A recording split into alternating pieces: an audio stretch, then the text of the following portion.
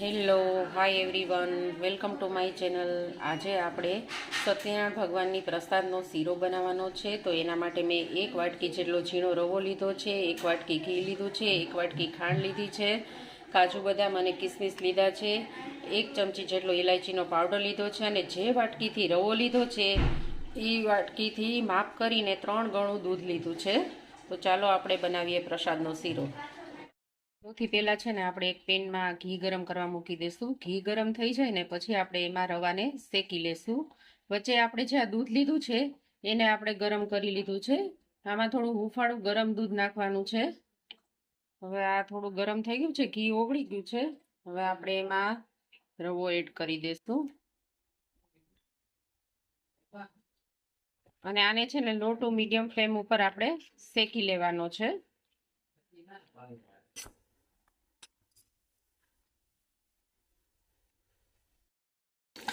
તો આપણે રવાને light અમથો brown થાય ને ત્યાં સુધી શેકવાનો છે. બહુ બ્રાઉન નથી કરવાનો. પ્રસાદનો શીરો છે ને થોડો વ્હાઈટ હોય ને તો જ સારો લાગે.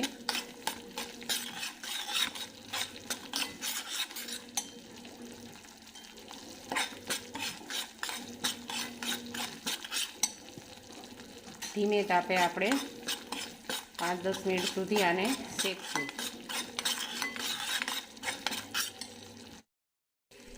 આપણો રવો છે ને શેકાવા આવ્યો છે, લાઇટ બ્રાઉન જેવો થઈ ગયો છે. હવે આપણે જે કિસમિસ અને કાજુ છે ને એ પણ આમાં એડ કરી દઈશું. એટલે સરસ આપણા જે ડ્રાયફ્રૂટ છે ને એ ઘીમાં શેકાઈ જશે, ફ્રાય થઈ જશે અને ક્રન્ચી લાગશે.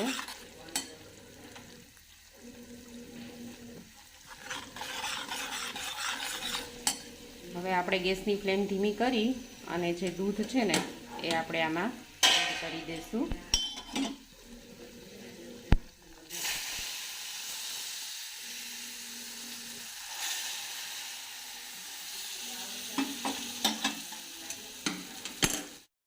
તો અહીંયા મેં દૂધ એડ કરી દીધું છે. હવે આ દૂધ બધું એબ્ઝોર્બ કરી લઈને પછી આપણે ખાંડ એડ કરવાની છે. રવાએ દૂધ બધું લઈ લીધું છે. હવે આપણે આમાં ખાંડ એડ કરી દઈશું. ખાંડ આપણા ટેસ્ટ એકોર્ડિંગ એડ કરવાની છે. હવે આપણે આને સારી રીતે મિક્સ કરી દઈશું. હવે આપણે ખાંડને મિક્સ કરી અને એમાં ઇલાયચી પાવડર પણ એડ કરી દઈશું એટલે એની સરસ ફ્લેવર આમાં બેસી જાય.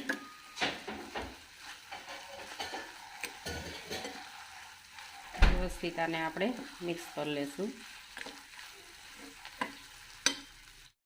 જો આપણી ખાંડ એકદમ સરસ મિક્સ થઈ ગઈ છે અને આપણો શીરો તૈયાર છે. હવે જો આપણા શીરાએ આ પેનને છોડી દીધું છે, એકદમ સરસ તૈયાર છે. હવે આપણે 1 ચમચી ઘીની ઉપરથી એડ કરશું. એનાથી છે ને શીરામાં એકદમ શાઇનિંગ આવે છે અને આપણે આને સારી રીતે મિક્સ કરી લઈશું. તો આપણો પ્રસાદનો શીરો રેડી છે. આપણે પરફેક્ટ માપ સાથે બનાવશું ને એટલે આ શીરો એકદમ પરફેક્ટ બનશે. એકદમ યાદ રહી જાય ને એવું પરફેક્ટ માપ છે. 1 વાટકી રવો, 1 વાટકી ખાંડ, 1 વાટકી ઘી અને જેટલો રવો લીધો હોય ને એનાથી 3 ગણું દૂધ. આ માપથી બનાવશો એટલે શીરો તમારો એકદમ પરફેક્ટ બનશે, ચીકણો પણ નહીં બને અને બહુ સરસ બનશે. તો આપણો શીરો રેડી છે, પ્રસાદનો શીરો. હવે આપણે એને એક બાઉલમાં સર્વ કરશું. આપણે સત્યનારાયણ ભગવાનના પ્રસાદ માટેનો શીરો એકદમ રેડી છે. આપણે એને રોઝ પેટલ અને તુલસી પત્રથી ગાર્નિશ કરી લીધો છે અને ધરવા માટે એકદમ રેડી છે. તમે પણ આ ઘરે અચૂક બનાવજો અને જો મારી રેસીપી તમને ગમી હોય તો એને લાઇક કરજો, શેર કરજો અને મારી ચેનલને સબસ્ક્રાઈબ કરજો. ફરી પાછી આપણે અવનવી રેસીપીઓ સાથે મળશું. Thank you for watching.